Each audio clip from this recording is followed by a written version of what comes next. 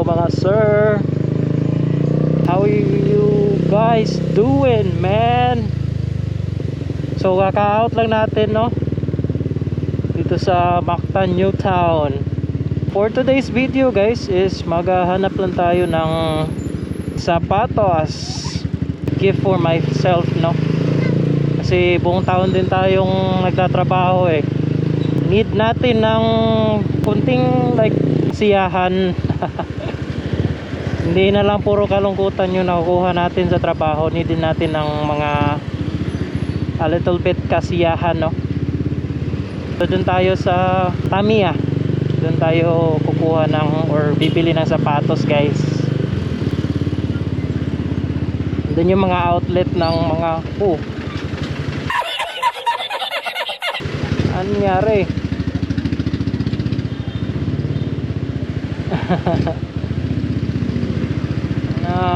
Buti malalakas yung reflexes. Anyways, kukuha muna tayo ng pera guys. Kasi wala na tayong pera eh. Kaya natin i-budget like mga 5k. Sana may mabibili na tayo dun sa 5k, no? Dito tayo sa 7-Eleven. Uy, lalim gagi.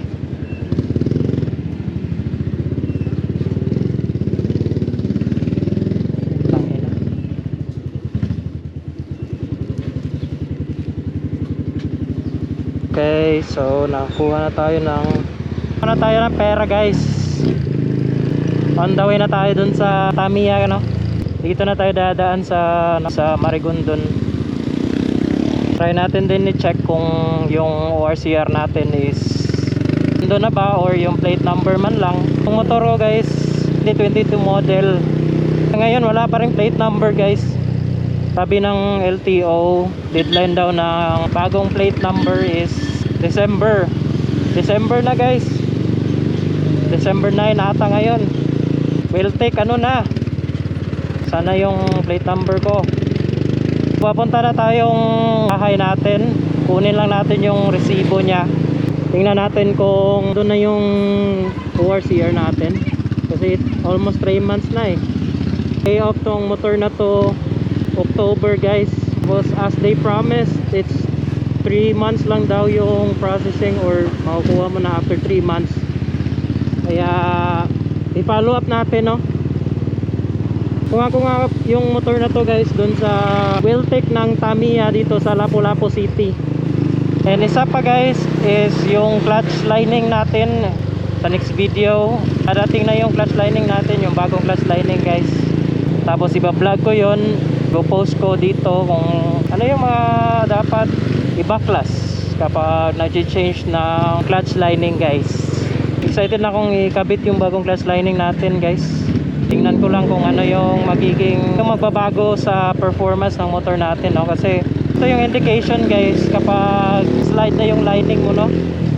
Kagaya nito. Ayan, parang may delay na siyang unti, no? Kapag na-change gear ka, parang nade-delay na yung clutch lining niya or yung clutch niya kapag mag-shift ka. So pag bago na yung clutch lining mo, sobrang lakas ng arangkada guys.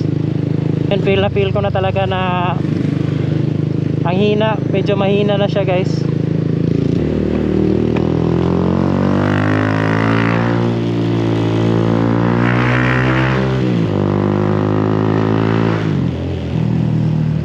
Okay, so done getting the receipt guys.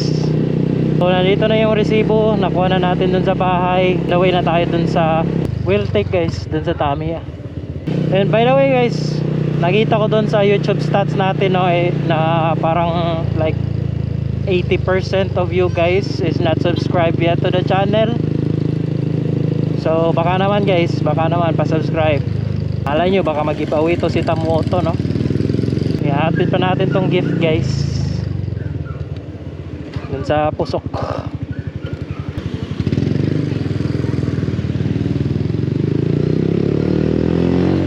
Thank you.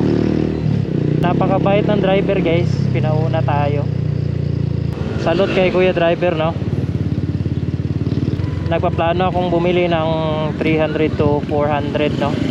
300 to 400 cc. Yung naked pa rin, guys. Gusto ko kasi yung naked, hindi siya masakit sa likod. Na-try ko na yung mga sports bike, grabe yan, sakit sa likod, guys. So baka may suggest kayo. First pick ko talaga yung NK, no, NK 400 at saka yung MT-03, or mas maganda kapag MT-03, guys. So ano sa opinion nyo, ano yung maganda? Kasi ito si Jixie, guys, is patanda ng patanda yung auto nya, no. As of this moment 45,000 na siya, kaya need na natin ng upgrade. Nga pala yung Calvario dito, no.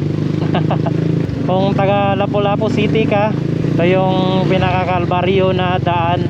Ito yung Pasak. Klase-klase yung mga tricycle, may mga sasakyan na private, tapos may parang cruising pa dun sa unahan, no. Napakahirap talaga dito pag dito ka dadaan. Ayan nga pala yung Grand Mall, no. Sabi dun sa app is may GNT daw dyan. Ano nyo yung nasa likod, oh. Nasa ibang lane na, kinain na yung ibang lane. Grabe, sobrang init, guys. Ayan na pala yung Wheeltech, guys, oh. Yan, oh, napakalaking Wheeltech nyan. Isa yan sa mga pinakamalaking Wheeltech dito sa Cebu. Let's give them a visit.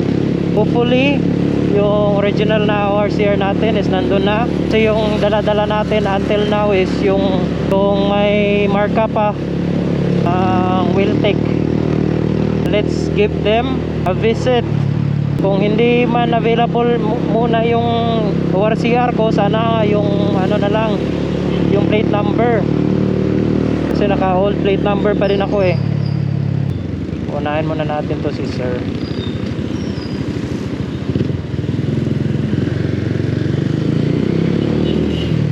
Meron na palang bagong law, no, yung Cebu City. Nirelease na CCTO, guys. 9 PM to 1 PM bawal na daw yung mga ganitong tambucho, guys, gaya sa akin. Need nila ng 40 decibels.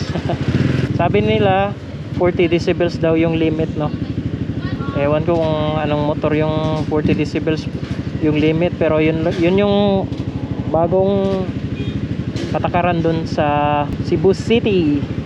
Buti nga dito sa Lapu-Lapu hindi pa gumawa ng ganong ganong law. Stock up na tayo dito sa traffic.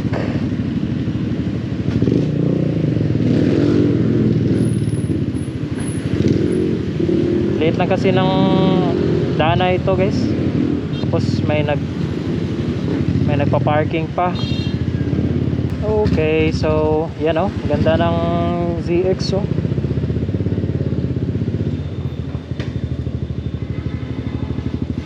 Guys, nakuha ko na yung ORCR nya na original, no. Pero yung plate number natin is wala pa. Yun yung problema natin ngayon. So ngayon is maghahanap tayo ng mga outlet ng New Balance.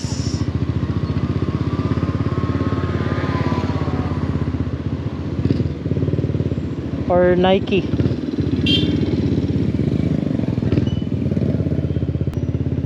Ayan, yung World Balance, guys.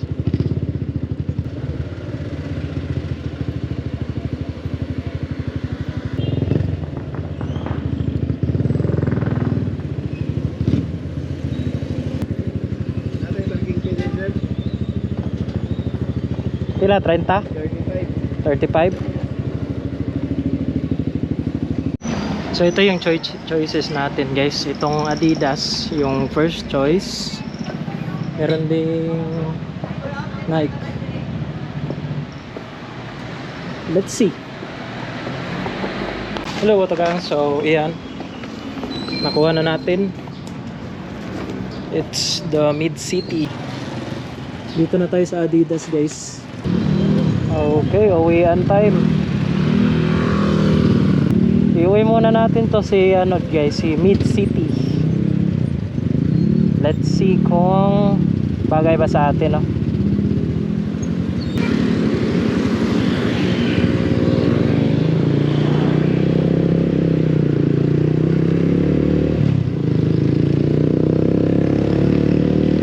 Okay, so yun lang muna for today's video, guys. Yung next video natin is yung mag-i-install tayo ng clutch lining kay Jigsi, no? Sobrang excited na ako dun. Utangin na din tong ano eh, nagsa-sports bike tayo kasi bawal tayo makabili ng mga gamit. Sports bike pa more. Oh my. Napakahirap